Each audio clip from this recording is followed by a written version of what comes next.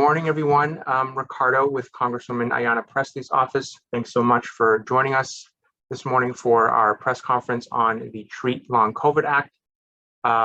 Just a couple of quick housekeeping items before we get started. We will start the speaking program off with Congresswoman Pressley, followed by Congressman Bayer and our advocates. Once everyone has spoken, we will then take questions from members of the press on the line. To ask questions, please use the raise your hand function in Zoom after the representatives and guests provided their remarks. If anyone here, and I don't think we have anyone, but if anyone is dialed in to the meeting on their phones, we just ask that you use the Zoom link provided so that you can use the raise your hand feature to ask a question. And then finally, we just ask that members of the press keep their questions germane to the bill if possible. And with that, we will have Congresswoman Pressley get us started. Thank you. Wonderful. Good morning, everyone. Thank you for joining us. I'm so appreciative of your joining us at this virtual table, and especially delighted to be here with my co-lead in the House, Representative Bayer, and our advocacy partners to discuss a critically important issue and the crisis within a crisis that has emerged during this pandemic, and that is long COVID. We are now over 2 years into this pandemic, and still the stories of COVID long haulers have been overlooked. Their pain and trauma have been neglected, and the burden that this illness has put on their lives and the lives of their loved ones has been shamefully ignored. Today, we declare loud and clear to the millions battling long COVID, we see you. You are not invisible. Your suffering is not imaginary. And it's time that your lived experiences are recognized and prioritized in the halls of power. Long COVID is a serious illness that is impacting millions across the country, people of all ages and all walks of life. And while there is no official count of people suffering from long COVID, conservative estimates show that nearly 8 million people may be impacted nationwide. That's at least 8 million people experiencing symptoms like fatigue and brain fog, to muscle pain and diarrhea, to difficulty breathing, heart palpitations, mini strokes. At least 8 million people who lack accessible and affordable medical treatment. But because there is no federal program focused on providing multidisciplinary treatment and care for folks with long COVID, for many of our long haulers, their physical and mental anguish has only worsened. Their employment and education, their lives have been disrupted and diminished. Our first of its kind bill, the Treat Long COVID Act, would address that head on by investing heavily in creating and expanding long COVID clinics across the country. As of in Massachusetts, which I represent, there are only a handful of long COVID clinics. And so our bill, the Long COVID Act, would dedicate resources at the Department of Health and Human Services to provide grants to expand long COVID clinics nationwide. These grants would empower healthcare providers to provide high quality, specialized treatment to patients right in their own communities. And funding would be prioritized for providers serving our most vulnerable and those disproportionately impacted by COVID-19, like our community health centers. These long COVID clinics would be staffed by folks of multiple disciplines and who understand the complexities of long COVID, and our bill would ensure, this is key and something that I heard time and time again from long haulers, that no one is denied treatment based on insurance coverage, date, or method of diagnosis, or previous hospitalization. Our bill was designed in close partnership with patients and advocates from the long COVID community, many of whom join us today, because as we always said, the people closest to the pain should be the closest to the power, driving and informing the policy making. And momentum is on our side. Just this week, the Biden administration announced a whole of government effort to prevent, detect, and to treat long COVID. This is a sign that our efforts to raise awareness about long COVID are working. So as we look ahead to a just and equitable recovery from this pandemic, addressing the crisis of long COVID must remain front and center so we leave no one behind. Because a pandemic recovery that doesn't center our long haulers is not a recovery at all. And that's why we continue to call on Congress to pass another COVID relief package that includes meaningful funding to address the long COVID, and why Congressman Beyer and I are not letting up in our calls for the CDC to collect and publish robust, disaggregated demographic data on the prevalence of long COVID so we can ensure resources are getting to those who are most impacted. So I'm grateful to everyone for joining us in this effort. Again, to our co-leads, Representatives Beyer, Blunt Rochester, and Senator Duckworth, Kane, and Markey, and of course to our advocates for sharing their stories today. We must get our long haulers the resources and medical care they need, and that begins with passing the Treat Long COVID Act. With that, I will now turn it over to my co-lead, Representative Don Beyer. Congresswoman Pressley, thank you very much, and thank you for including me in this really important bill. And thanks for bringing us all together today to discuss the critical importance of supporting Americans who are suffering from the long-term effects of COVID-19. I'm honored to be among these experts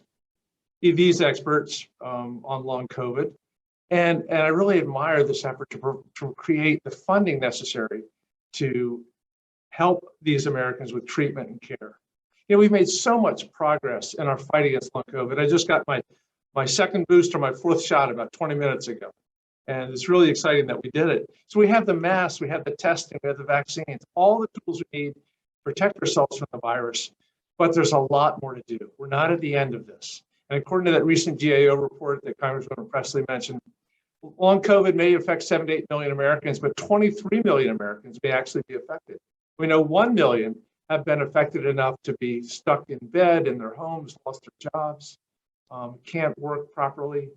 The full magnitude of these health effects, economic effects, we don't know yet, but it's expected to be significant.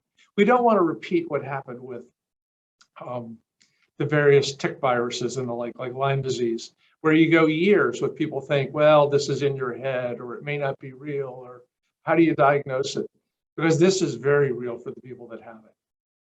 I'm pleased that one of the co-sponsors of Congresswoman Pressley's bill, Senator Tim Kaine, who has himself been struggling with long COVID now for, I believe, 2 years this month, with no real sign of it abating. We've got to prioritize these up to 23 million Americans and help them get the treatment they need, help create communities of care, help fund those centers that, as Congresswoman Pressley is doing. You know, I was under the illusion too that this was mostly affecting people that got it before the vaccines. But I heard just the other day, the spouse of one of our colleagues, 2 shots plus the booster, got COVID from Omicron and has long COVID now. So none of us are immune. I've been thankful that the Biden administration stepped up the plan that Ayanna mentioned, and that specifically they made it an eligible condition under the Americans with Disabilities Act. And I want to make sure that our unemployment agencies in the 50 states plus the District of Columbia recognize it as a real case, a real reason to go on disability, and make sure the insurance companies recognize that this is very real and that they're willing to cover the various expenses that happen. And all these bills would complement these actions. So bottom line, there's a desperate need for efforts to detect, prevent, and treat long COVID, and really create a community of long COVID sufferers who can support each other and give us the data we need to move forward. So Ayanna, Congresswoman Pressley, thank you for creating this essential step in improving the quality of life for millions of Americans. I look forward to being part of the discussion today. And Congresswoman Pressley, I yield back to you. Thank you, Don. Thank you for your friendship and your leadership and partnership in this endeavor. And now we will turn the virtual mic over to Mia. Mia Eves Rubley, who is the director of the Disability Justice Initiative at the Center for American Progress. I do want to just point out that at the outset of the pandemic, there were many leaders and advocates in the disability community who predicted that this would be a mass disabling event. And it does seem that that is coming to pass. And so we're grateful for your leadership, Mia, and appreciate you joining us today. Thank you so much for having me on here. You know, long COVID has ravaged communities across the country, leaving many without resources and piling medical debt. Research currently indicates that between 20 to 40% of individuals who get COVID end up with long COVID symptoms. The Center for American Progress reviewed the Bureau of Labor Statistics data that shows that 1.2 million more people in 2021 alone had some type of disabling condition, more than any other year since they started measuring disability data. And that number is particularly disheartening, understanding that many of those individuals are likely due to long COVID. We believe most of that is due to long COVID. We at CAP have had numerous conversations with individuals with long COVID who talk about the struggles of dealing with medical conditions while also dealing with financial stress. And while this is nothing new, it is extremely, extremely concerning. Many talk about how medical providers have often been unhelpful and how they are often misbelieved. That is why I'm thrilled to be here today for the release of Congresswoman Pressley's bill, Treat Long COVID, which will provide support to communities, particularly underserved communities and populations disproportionately impacted by COVID. It also ensures that individuals aren't denied treatment based on insurance coverage, date or method of diagnosis, or previous hospitalization. This begins to address the massive needs of individuals with long COVID. Major, major thank you again, Congresswoman Pressley and all of those who have supported this effort. Thank you, Mia. And next we'll hear from Nisha McCray, a constituent of mine and a member of the COVID-19 Long Hauler Advocacy Project. Thank you, Representative, and thank you all for joining us today. Sometimes they come and go, these symptoms. So as mentioned, my name is Nisha McCray. I'm the executive director of a STEM nonprofit called Vajika and a proud Roxbury resident. And I'm here today as an advocate for the C19 Long Hauler Advocacy Project. First, thank you for this act and listening to our voices crafting this piece of legislation. I have to say, for years, the voices of those suffering from post-infectious disease have been unheard by our representatives, and we've had to wage our battles to survive in silence. So I want to say thank you to start off. Second, I want to go back 2 years ago when I woke up and I felt extreme tightness in my chest and a migraine, which left me on a bathroom floor, short of breath, and the room spinning. When I reached out to my doctor, I was told, if you can talk, you're fine. In a few short months, I went from a healthy, independent woman to someone requiring a 24/7 caretaker who happened to be my mother, who's also suffering from post-infectious disease. The inability to do simple math, the confusion, the short-term memory loss, the seizures, down to the microclots that are responsible for my heart attack have become my long-term COVID-19 symptoms.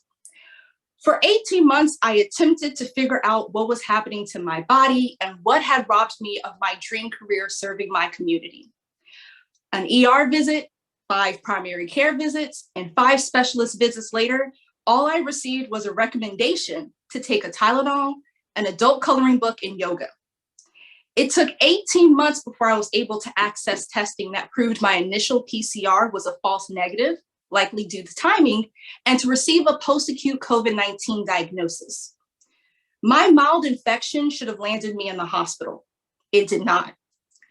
Monday was my 2-year anniversary, much like Senator Kane, from suffering from COVID-19. 24 months later, I'm still encountering individuals and medical professionals who believe mild COVID cases do not lead to severe consequences, or if you didn't have a positive test, you didn't have COVID. And I'm proof that's not true. To quote once again the late Bell Hooks, sustained grief is particularly disturbing in a culture that offers a quick fix for any pain. The realization that there is no quick fix is why it took so long for us to arrive at this realization that there are long consequences to COVID. My medical treatment and loss of income thus far is well over $100,000, including about $3,000 a month in seizure medication, and that's with insurance. Why? Because long COVID treatment that I am going through is not considered a COVID-19 treatment. This is inaccessible to the majority of Americans, let alone my community, who are largely insured due to limited income or loss of employment, and because we live in a healthcare desert. Even access to an appropriate clinic or a healthcare professional who is aware of post-infectious diseases like long COVID, ME, MCAS, let alone treatment options, is rare.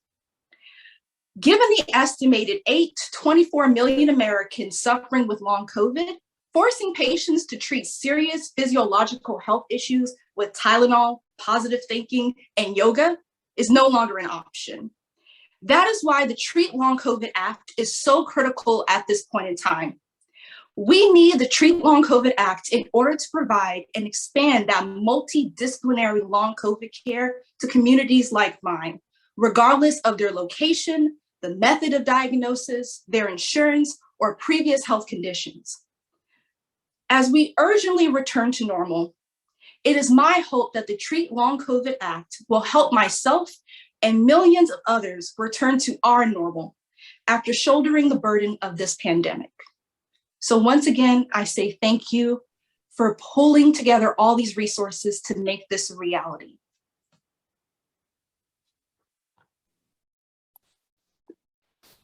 Nisha, thank you so much. And I'm as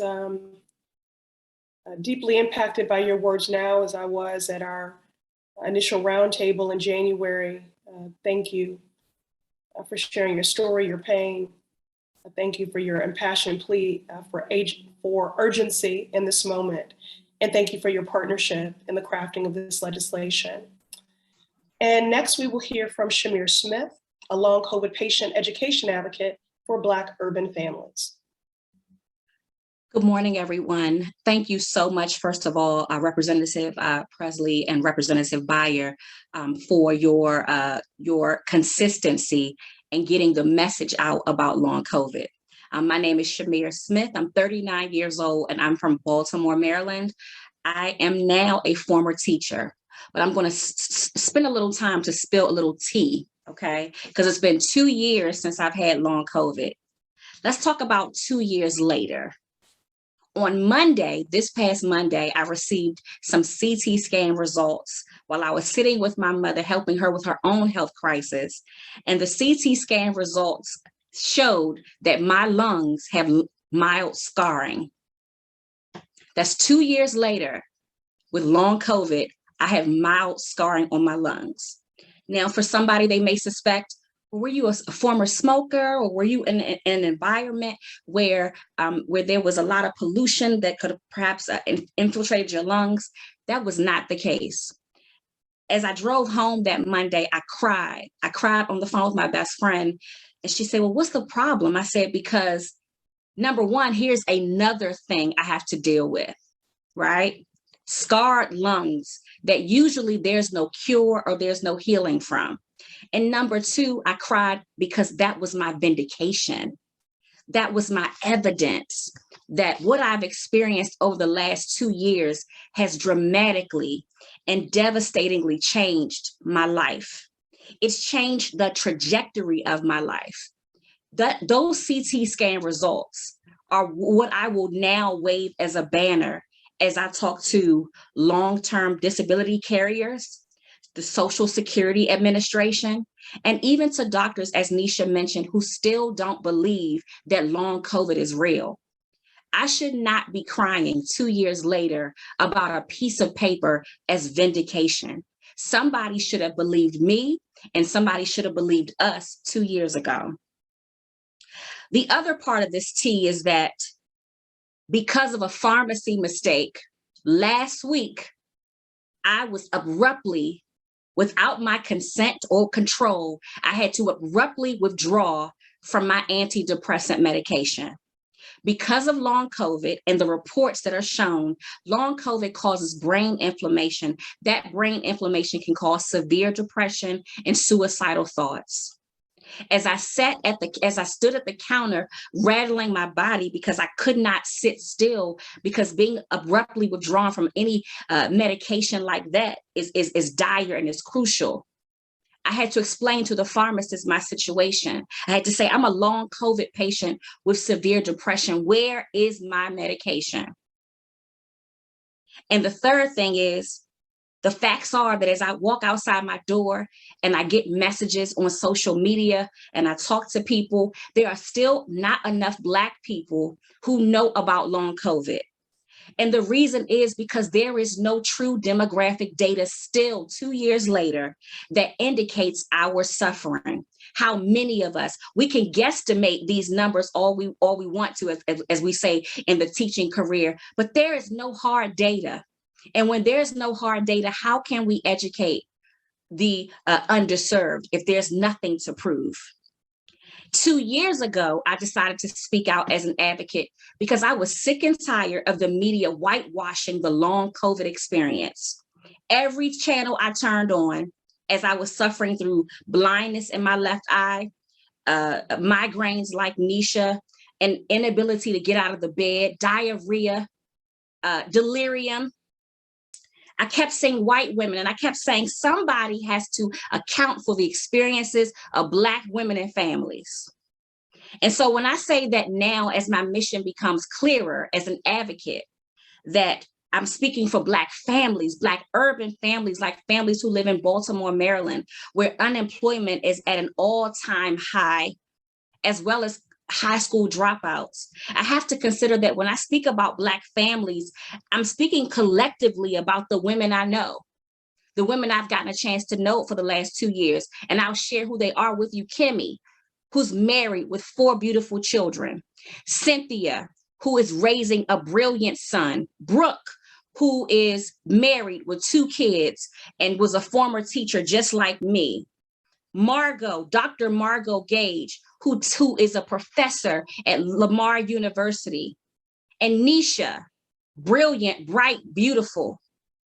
These women are now parts of my family, but these women also have lives that have been completely devastated by long COVID. Nisha talked about losing income. And as we know, teachers don't get paid that much. But I missed my $65,000 salary, which now, because of Social Security, has been reduced to only $1,600 a month. In the next week or 2, I will have to move out of this apartment because now being on Section 8 means I have to find a place that accommodates me. My Black urban family is also those of us who do not have insurance, who do not have access, and who do not have all of the resources that are necessary, because that's just the way our country is set up. We've put a lot of our minority people, Black people, at a disadvantage. And so this act, I hope that we're not just using buzzwords like underserved, underprivileged, low income. I am hoping that this act truly, truly will be the beginning, not just it'll be the beginning, but it won't be the last of those of us who care about what's happening to people with long COVID. Thank you so much. Shamira, thank you. And as I said in my remarks, millions have had their lives devastated and their lives diminished. And you eloquently, but painfully, make that case. And what a disservice that our babies are missing out on you and your tutelage and your wisdom. But we thank you for turning your pain into purpose and for your commitment to this movement. And you are why why we have introduced this Long COVID Act. We see you.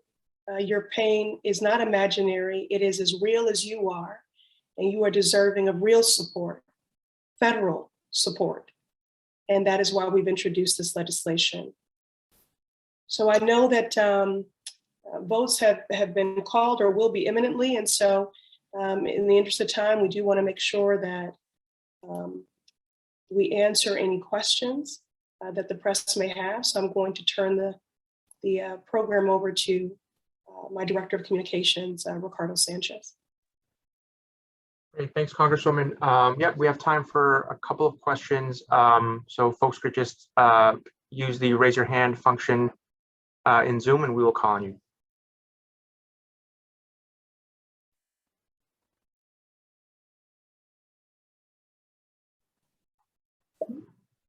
All right, Peter Sullivan, over to you.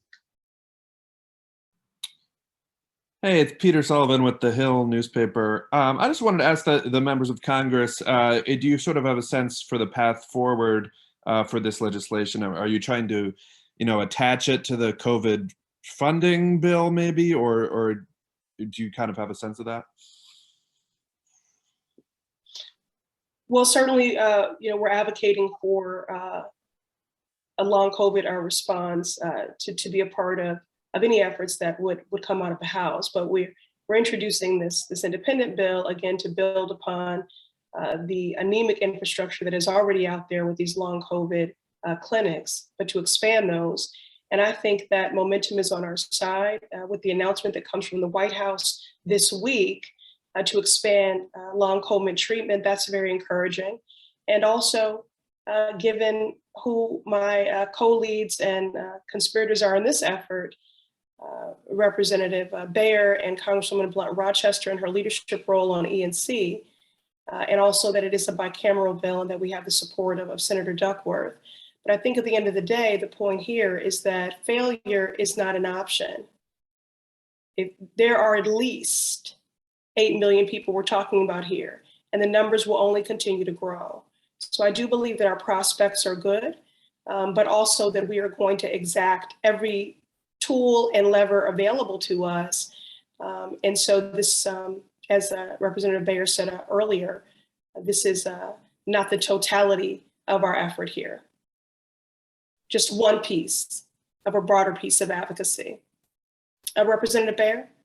Just to quickly add, it would be perfect to put it on the COVID supplemental, but this is important enough to stand alone. And there's no reason it can't pass by itself.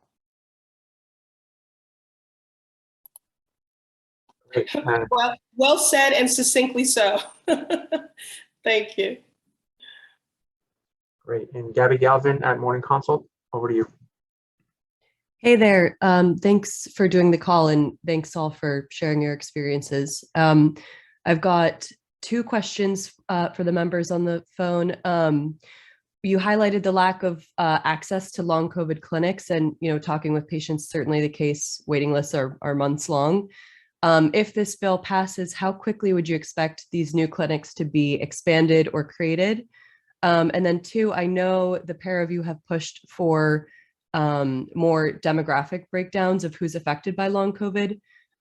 Does this legislation tackle that? And if not, is there another kind of path that you're continuing to push for that? Thanks.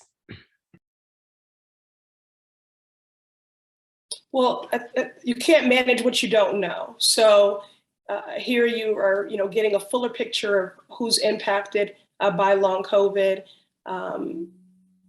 Just a fuller narrative of who's impacted, but it's really anecdotal. We need the data. And so that's why since January, I've been calling on the CDC to collect and to publish robust disaggregated demographic data on the prevalence of long COVID so that we can better understand it and make sure that we're targeting resources to those who are most impacted. And so that, and now that's a tenet of this legislation of our Long COVID Act. So the data collection is key. And as for the timing and the pacing, how we've set this up is to empower public health through HHS, local public health efforts, including community health centers, which have been critical in combating health disparities and beating back this pandemic, who serve the communities that have been most impacted, just as one example, and empowering them to determine how best to use these grants to meet people where they are, and also to train and to staff up with the multidisciplinary staff who are knowledgeable about long COVID. I just want to thank Ayanna for leading the charge to get the CDC to release this data. Listen to Shamir and her impact on Black families and Black women, Black moms in Baltimore. Realize that could be a specific crisis but we just don't know where else to focus our resources without that CDC data. So I'm glad to co-sign any letter Congresswoman Pressley leads. And when it comes to quickly, hey, they figured out how to get what the structure of that virus was in about 2 weeks and had vaccines in under 2 months. We can do it fast if we want to. It's just a matter of attention. And so that's what we're trying to do, is make sure the attention is there. Absolutely. And so what I would anticipate, to the representative's point there, is that within months, HHS would then set these guidelines and a process. The grants would then go out. So, I think, again, failure is not an option. And we also have to move with urgency here, because it is quite literally a matter of life and death. All right. And this will By the way, as all our reporters know, anytime you observe something, report on it, you change it. And that's what we're trying to do here.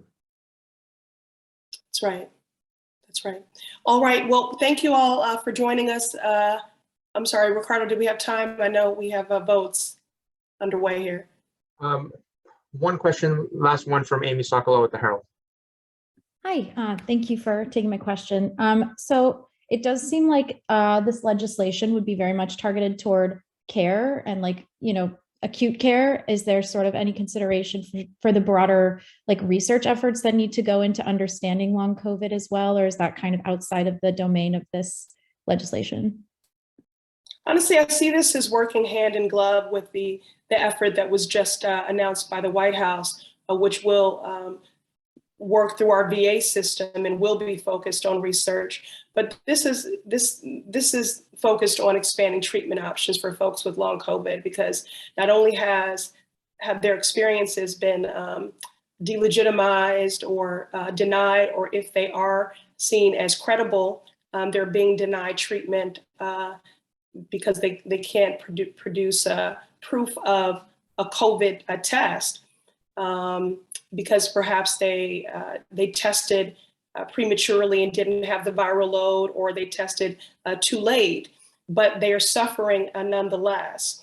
And so for those that are living with cognitive impairments, brain fog, heart palpitations, trauma, physical anguish, we just have to meet their needs. And so these centers will help provide that high quality, specialized treatment to patients in their own communities. And so again, their symptoms, their experiences are real as they are. They're deserving of a real response. They're deserving of a federal response. And we have to move with urgency. But again, all of these things we'll be pushing for. So another COVID package, fighting to see if long COVID can be a part of that. But if not, this is a standalone. And then again, with the White House's announcement, I think we're finally getting the attention that this crisis deserves. And it's devastating that the predictions made by the disability community that this would be a mass disabling event are coming to pass. So we're being told. And there are companion legislation that Congresswoman Pressley and I are co-leading with Senator Kaine to look at NIH and the CDC, and specifically the CORI, which is the Patient-Centered Outcome Research Initiative, all of which can help create community among the long COVID sufferers also. Well, thank you all so much for joining us today. And we're going to have to transition so that we can get to votes. And we'll be seeing everyone soon. Thank you so much again, Don. Thank you, Mia. Thank you, Nisha. Thank you, Shamir. Thank you, everyone. Good luck. Please get healthy. Help is on the way.